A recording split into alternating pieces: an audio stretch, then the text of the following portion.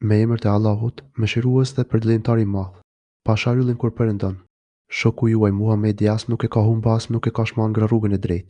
Ai nuk flet sipas shefit të vet. Ajo që flet ai është vetëm shpalja që i ka ardhur atij. E mësoi atë një engjël me fuqi të madhe, me inteligjencë të lartë e u paraqit në formën e vet. Duhej këqe në sferat e larta qiellore. Pastaj u ofrua e u lëshua. Afër sa 2 harçe ose edhe më afër. E ja shpalli robit të tij pejgamberit atë që ja shpalli. Zemra e tij nuk e përgënjeshtroi atë që e pa. Vallë, apo polemizoni me te për atë që e ka parë. Ai Muhamedi, me të vërtetë, e ka parë atë Gjebelin edhe një herë tjetër. Te Sidretul Muntaha.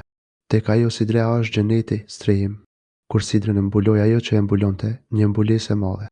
Shikimi i tij Muhamedit nuk u shmang, as që e kaloi kufirin e caktuar. Ai, me të vërtetë, i pa argumentet më madhështore të Zotit të tij. A e keni pa latin dhe uzan si janë, dhe me natin të tretin të mbramin si pas shkallës? Vallë, a për ju janë djemtë e për atë përëndin vajzat. Pe çuditse, kjo ndarja është e padrejtë. Ata i dhujt janë vetëm me ma që ua keni ngjitur ju dhe të parët tuaj, e përëndia nuk ju ka dërguar për ta urfan argumenti.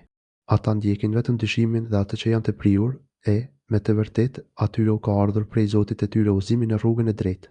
Ose, a për njeriu janë të gjitha çka dëshiron. Vetëm Perëndisi i përkasin të gjitha, ajo dhe kjo botë. Sa engjëj ka në qiell, ndërmjetësimit të cilëve nuk bën dobi asgjë, përveç pasi të jap leje Perëndia, për këtë doj ai dhe kush është i denjë për te. Me të vërtetë, ata që nuk besojnë në jetën tjetër, i emërojnë engjëjt me emra femëror, i konsiderojnë femra. Për këtë, ata nuk kanë kurfar ndjenje, ndjekin vetëm hamenjën supozimin, e hamenja nuk sjell dobi asgjë për të vërtetën. Andaj, ti o Muhamedi largohu prej atij që i ikën Kuranit dhe që dëshiron vetëm jetën e kësaj bote. Kjo është arritja e tyre në dieni, me të vërtetë, Zoti ju t'i njeh më së miri ata që janë shmangur nga rruga e tij, dhe ai di më së miri ata që ndjekin rrugën e drejtë. Perëndisi përkasin të gjitha çka ka në qiell dhe në tokë, sipas asaj që kanë punuar, për t'i dënuar ata që bëjnë keq, e për t'i shpërblyer ata që bëjnë mirë me shpërblim shumë të mirë, të madh. Ata që ruhen prej mëkateve të mëdha dhe veprave të këqija imorale, pos mëkateve të vogla.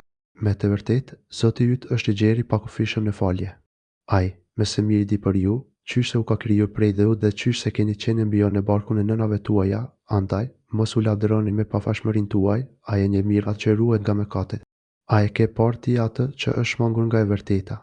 Pa ka dhënë, e pastaj e pengoi tjetrën. Ai di ai gjërat sekrete dhe ai sheh ato?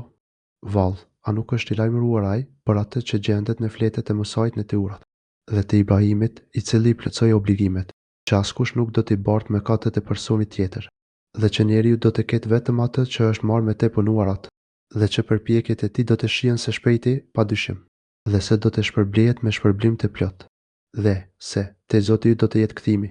Ai jep gazin dhe vajin gëzimin dhe idhërimin. Ai jep vdekjen dhe gjallësën. Ai krijon çiftet, mashkull dhe femër. Prej pikës së farës spermës kur të hedhet injektohet. Dhe, me të vërtetë, tek ai është krijimi i dytë rinjalja. Dhe ai ka pasuri dhe kënaqësi të mjaftueshme. Dhe ai është Zoti i Siriusit.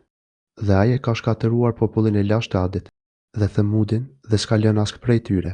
E madje, para tyre, popullin e Nuhut, i cili ka qenë edhe më zullumçar dhe i zhytur edhe më shumë me të keqia.